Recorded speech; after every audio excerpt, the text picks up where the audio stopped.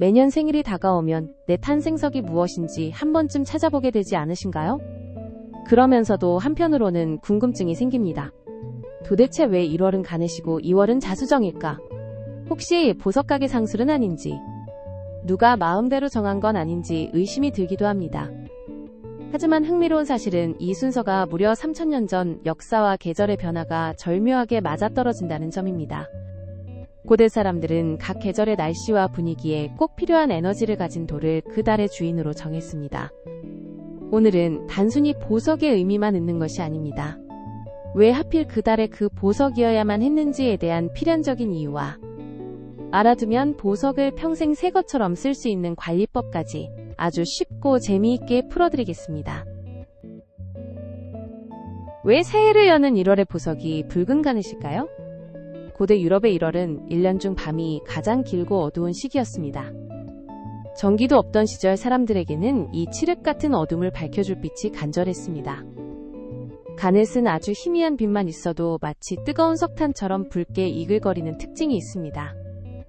그래서 고대인들은 이 돌이 어둠 속에서도 스스로 빛을 뿜어낸다고 믿었습니다. 그래서 가장 어두운 1월을 무사히 건너게 해주리망의 등불로 삼은 것입니다. 흔히 가넷은 빨간색만 있다고 생각하기 쉽지만 사실 주황색, 초록색 등 아주 다양한 색깔을 가진 매력적인 보석입니다. 알알이 꽉 찬 석류처럼 친구와의 우정이나 사랑이 흩어지지 않게 잡아준다는 좋은 뜻도 있습니다.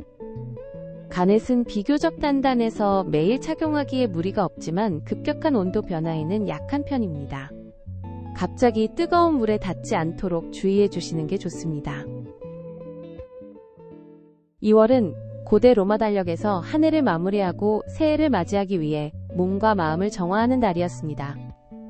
이때는 마음을 들뜨게 하는 술보다는 차분한 이성이 필요했습니다. 마침 보라색 자수정에는 술에 취하지 않게 해주는 돌이라는 재미있는 별명이 있었습니다. 그래서 고대인들은 나쁜 유혹을 이겨내고 맑은 정신으로 봄을 맞이하라는 뜻에서 가장 성스러운 보라색 자수정을 2월에 배정했습니다.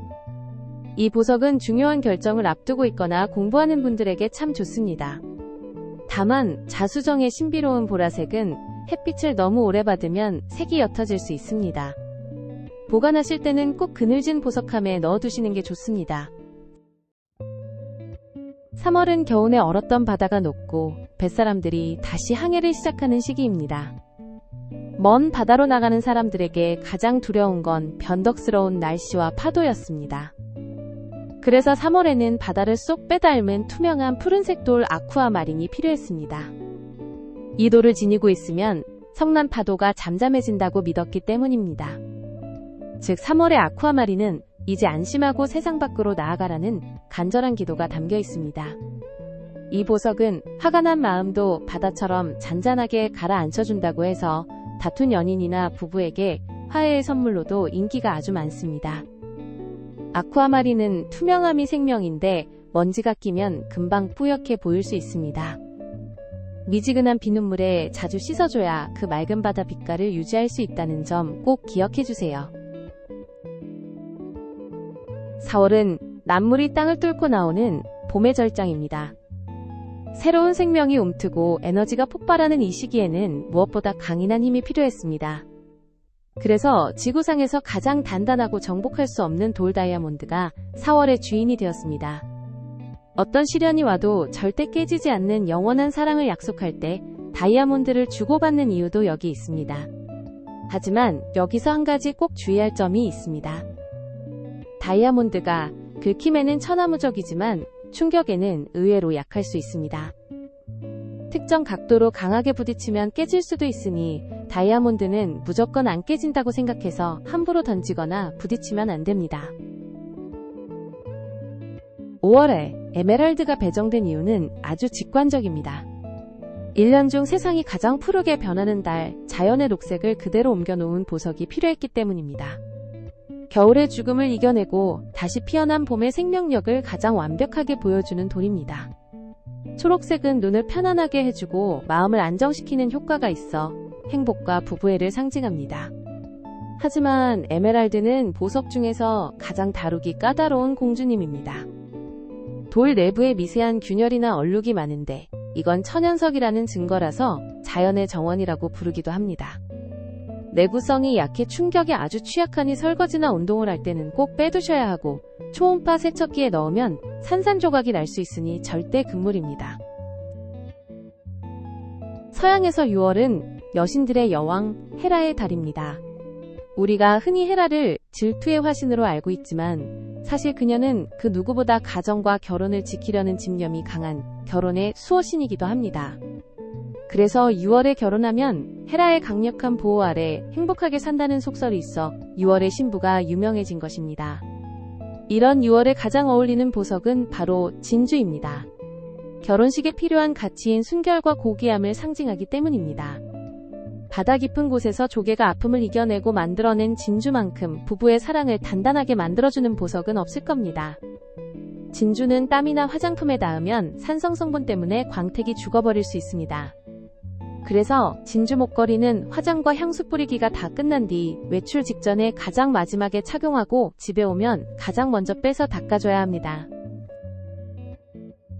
7월은 1년 중 태양이 가장 뜨겁게 자결하는 계절입니다.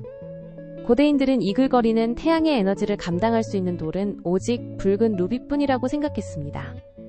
루비는 타오르는 석탄처럼 보여서 더위에 지치지 않도록 강렬한 에너지를 준다고 믿었습니다. 그래서 루비는 단순히 좋아하는 마음이 아니라 목숨을 바칠 정도로 뜨겁고 깊은 열정적인 사랑을 뜻합니다. 루비는 다이아몬드 다음으로 단단해서 흠집이 잘 나지 않습니다. 매일 끼고 다니는 반지로 아주 훌륭한 보석입니다. 내구성이 워낙 좋아서 특별한 관리법은 없지만 가끔 따뜻한 비눗물에 담가 솔로 살살 문질러주면 그 붉은 빛을 더 쨍하게 즐기실 수 있습니다. 8월은 낮에는 뜨겁지만 밤이 되면 서서히 어둠이 길어지는 시기입니다. 고대 사람들은 늦여름의 어두운 밤을 두려워했습니다. 그런데 페리도트는 신기하게도 달빛 아래서나 촛불 아래서도 나처럼 선명한 녹색빛을 뿜어냅니다. 그래서 밤의 공포와 악몽을 쫓아내달라는 의미로 8월의 보석이 되었습니다.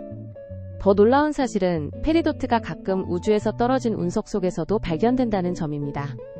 우주의 신비를 담고 있어서 그런지 부부 사이를 화목하게 해주고 지혜를 준다는 좋은 뜻을 가지고 있습니다. 하지만 페리도트는 생각보다 경도가 높지 않아서 긁힘에 주의해야 합니다. 다른 단단한 보석들과 부딪히지 않게 따로 보관해주시는 세심함이 필요합니다. 9월은 높고 파란 가을 하늘이 열리는 달입니다.